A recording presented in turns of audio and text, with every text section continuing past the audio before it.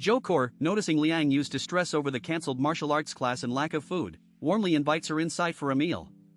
Liang Yu, though tempted by the thought of hot food, declines out of concern for her hungry students, insisting she will return tomorrow.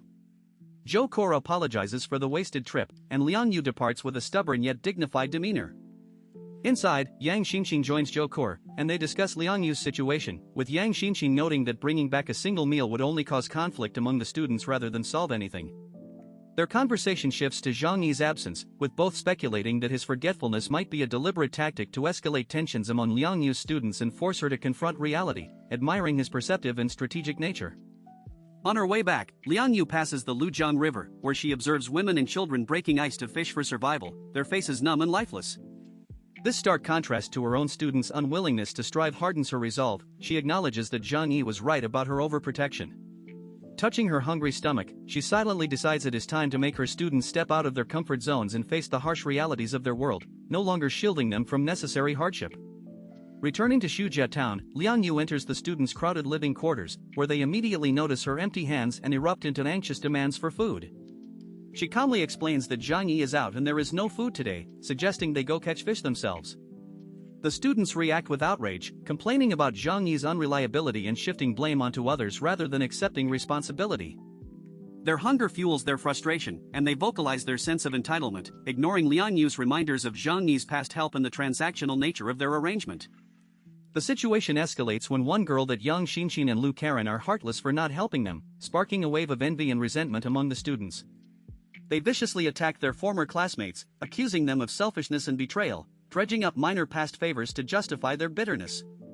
Liang Yu watches in stunned disbelief as her students, whom she once saw as elite and principled, reveal themselves to be no better than petty scoundrels, consumed by jealousy and ingratitude. Realizing the depth of their corruption and her own role in enabling it, Liang Yu's heart sinks with finality. She raises her voice to cut through the noise, demanding silence, and announces her decision to leave them and move into the shelter with Lu Karen and Yang Xinxin. This declaration marks a pivotal break from her past overprotectiveness, as she chooses to prioritize her own well-being and align with those who embody resilience and practicality, leaving her students to face the consequences of their dependency and negativity alone. Liang Yu reaches a breaking point with her students, deciding she can no longer indulge their dependence and must force them to become self-reliant. She announces her intention to move into Zhang Yi's shelter, explaining that while she will continue to deliver the daily food rations Zhang Yi provides, she will no longer cater to their unreasonable demands or shield them from hardship. The students react with disbelief and outrage, some pleading tearfully for her to stay while others accuse her of selfishness and betrayal, even blaming her for leading them to the Xishan base and then abandoning them.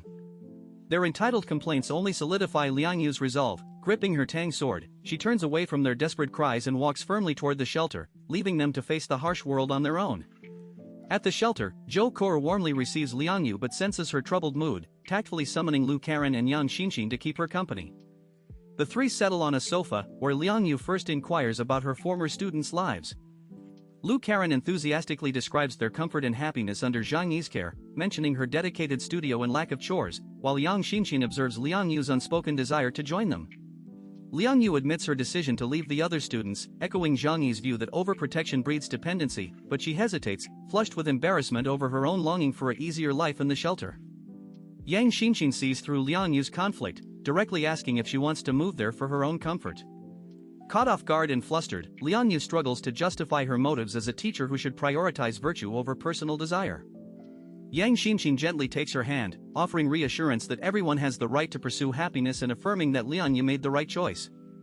Her supportive words and understanding gaze gradually ease Liang Yu's guilt, helping her accept that seeking a better life is not wrong, and she begins to feel a sense of relief and validation in her decision. Liang Yu sat in the shelter's living room, holding a cup of hot coffee poured by Lu Karen, feeling both physical and emotional warmth after her difficult decision to leave her students. She earnestly asked Yang Xinxin and Lu Karen to speak with Zhang Yi on her behalf about joining their group.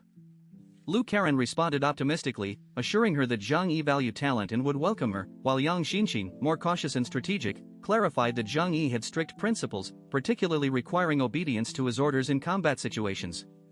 She carefully managed Liang Yu's expectations, dispelling any misconceptions about personal demands and emphasizing that Zhang Yi sought her strength, not anything improper, reinforcing that he was honest and focused on survival value.